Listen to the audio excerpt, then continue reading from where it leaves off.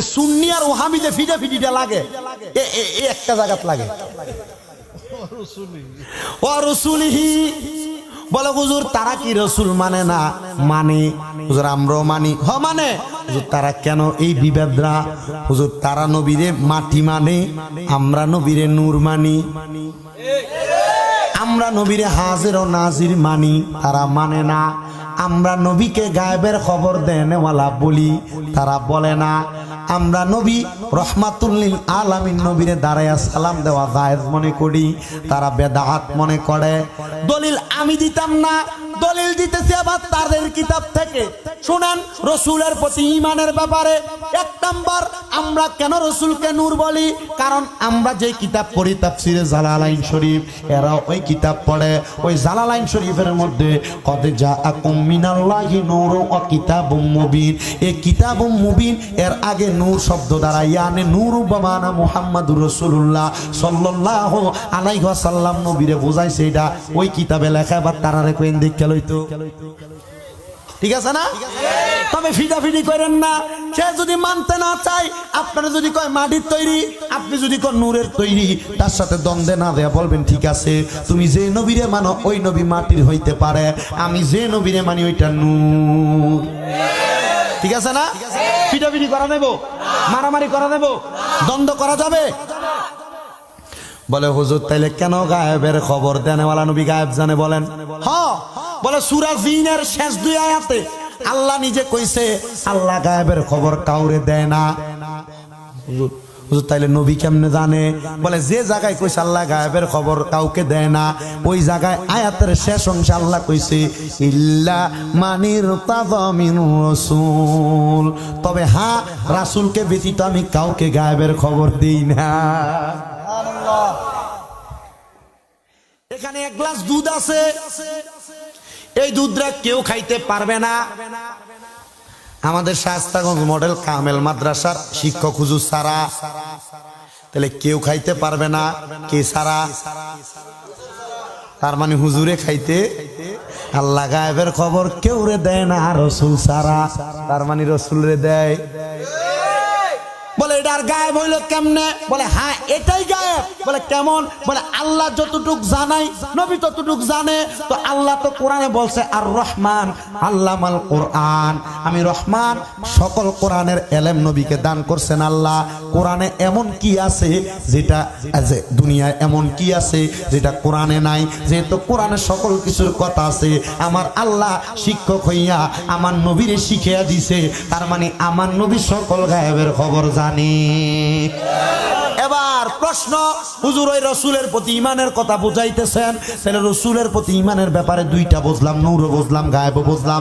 হাজির নাদের কেমনে? নবী কি উপস্থিত হইতে পারে? বলে হ্যাঁ হইতে পারে। হুজুর কেমনে? নবী না মদিনায় আছে, উপস্থিত কেমনে হইতে পারে?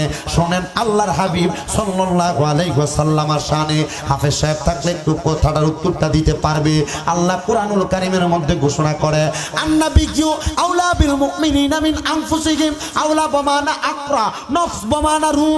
আমার নবীজির ব্যাপারে আল্লাহ কোরআনে ঘোষণা করে নবীজি ইমানদারের জানের চাইতে আরো নিকটে। কার জানের চাইতে নিকটে? আপনারা যে কথা কন না, কার? তো নবী আপনার কাছে আছে যদি মানেন আপনি ইমানদার, যদি কোন নাই তাহলে আপনি ইমানদার না। কথা কি আমার না আল্লাহ? আল্লাহ বলছে। এবার এটাও যদি না মানে, যদি এটাও না মানে, এবার তারা প্রশ্ন করবেন আপনি যখন মারা যান, আপনার এলাকার মানুষ যখন মারা যায়, তারা যখন আপনি কবরস্থ করেন, কবরের মধ্যে রাখার সময় এ বলে আল্লাহ ছাড়া কেউ হাজির হওয়ার ক্ষমতা রাখে না। এরা জিগাইবেন আল্লাহ ছাড়া যেহেতু কেউ হাজির হওয়ার ক্ষমতা রাখে না, তাহলে তোমার বাপ মরার পরে কবরে লাশটা রাখার সময় পড়বা বিসমিল্লাহি ওয়া আলা মিল্লাতিল্লাহ। হ্যাঁ বুঝি না? এরা মিল্লাতিল্লাহ কয় না? আল্লাহর মিল্লাতে দেয় না। আল্লাহ ছাড়া কেউ তো আইতে পারে না কবরে। এদের কথা আল্লাহ ছাড়া সব জায়গায় হাজির কেউ হইতে পারে। এটা কার কথা? উনাদেরই কথা, যারা বলে হাজির না। তাইলে তারা রসুলের মিল্লাতে কবরে নামায় কি নামায় না? তাহলে রসুল কবরে আসতে পারে, যদি কবরে আসতে পারে মুহাব্বতে উম্মত ডাক দিলে উম্মতের কাছে আসতে পারে। পাইলাম তিনটা। বলে হুজুর আমরা মিলাদ কিয়াম করি, তারা করে না, তারা কই এটা বেদাত। হুজুর এইটা কেমনে দাঁত? দলিল আমার না, ওনাদের পরে একজন হুজুর আল্লামা হাজী এমদাদুল্লাহ মুহাজির মক্কি, বলেন না আল্লামা হাজী এমদাদুল্লাহ মুহাজির মক্কি, উনি ওনার কিতাবের মধ্যে উল্লেখ করে বলে দিচ্ছেন, শোনো দুনিয়ার মানুষ, আমি নবীরে দাঁড়ায়া সালাম দেই, আমি দাঁড়ায়া সালাম দিলে শান্তি পাই, আর এজন্য আমি নবীরে দাঁড়ায়া সালাম দেই। তাহলে ওনাদের বড় হুজুর যদি নবীরে দাঁড়ায়া সালাম দিলে শান্তি পায়, আমরা সুন্নি মুসলমান নবীরে দাঁড়ায়া সালাম দিলে শান্তি পাই না অশান্তি? কয়েকদিন আগে দেখলাম চরমনায়ের রেজাউল করিম পীর সাহেব হুজুর কি সুন্দর একটা ফতুয়া দিস। বলে কি ফতুয়া? আমার জীবনে আমি হুজুরের বিরোধিতা করি না, যদি রসুলের সামনে কোনো গোস্তাকি না করে আমি চরমনায়ের পীর সাহেব হুজুরের বিরোধিতা করি না। পক্ষে কথা কই শোনেন, উনি দেখলাম বক্তব্যের মধ্যে বলতেছে, যদি কেউ মিলাদ কিয়ামকে ফরজ না যায় না, সুন্নত না যায় না, ওয়াজিব না যায় না, নবীরে সালাম দেয় মুহাব্বতে, তাহলে এটাকে বেদাত বলা বেয়াকুবি। আমরা মিলাদকে আমরা ফরজ বলি না, ওয়াজিব বলি না, সুন্নত বলি না, মুস্তাহাব বলি না, মুস্তাহাসান। মারহাবা কোন?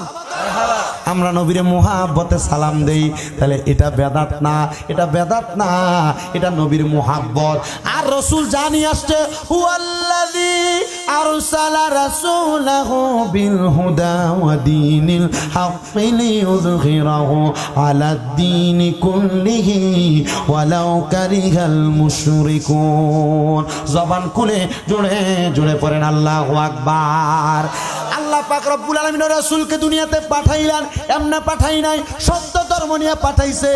ওই ধর্মকে যারা অস্বীকার করে, যারা বিআফওয়াহিহিম তাদের ফু দ্বারা বন্ধ করে দিতে চায়, আল্লাহ তাদেরকে মুশরিক বলেছেন, বেঈমান বলেছেন। এই জন্য রাসূল জানিয়ে আসছেন তার প্রতি বিশ্বাস স্থাপন করা, ওই দ্বীনের প্রতি থাকা। আপনারা বলেন তাহলে পৃথিবীর সর্বশ্রেষ্ঠ ধর্ম যেটা, ওই ধর্মের নাম ইসলামে বিশ্বাস অন্তরে আমরা আছে না নাই? সত্য ধর্ম ইসলাম অন্তরে বিশ্বাস আছে না নাই? তাইলে আপনি ইমানদার। গেল 4টা, রাসূলের প্রতি ঈমান। এবার আসেন 5 নাম্বার, ওয়াল ইয়াউমিল আখিরি। 4 নাম্বারের পরে 5 নাম্বার হইল আখিরাতের প্রতি ঈমান আনা। বলেন কার প্রতি ঈমান আনা? আখিরাতের প্রতি ঈমান বলতে কি বুঝেন? এই 7টা বিষয় আছে না, যারা মাদ্রাসায় পড়ে এরা শিখেন, এগুলা ক্লাস 6 থেকে, অবশ্যই ক্লাস 3 4 থেকে প্রশ্নগুলা ছোট ছোট আকারে করা হয়, কিন্তু ক্লাস 6 থেকে 10 পর্যন্ত এই প্রশ্নগুলোর উত্তর পরিপূর্ণ করা হয়। মাদ্রাসার যারা ছাত্র ক্লাস 6 থেকে 8 পর্যন্ত এগুলা পরিপূর্ণ বোঝে। ওয়াল ইয়াউমিল আখির, আখিরাতের প্রতি বিশ্বাস।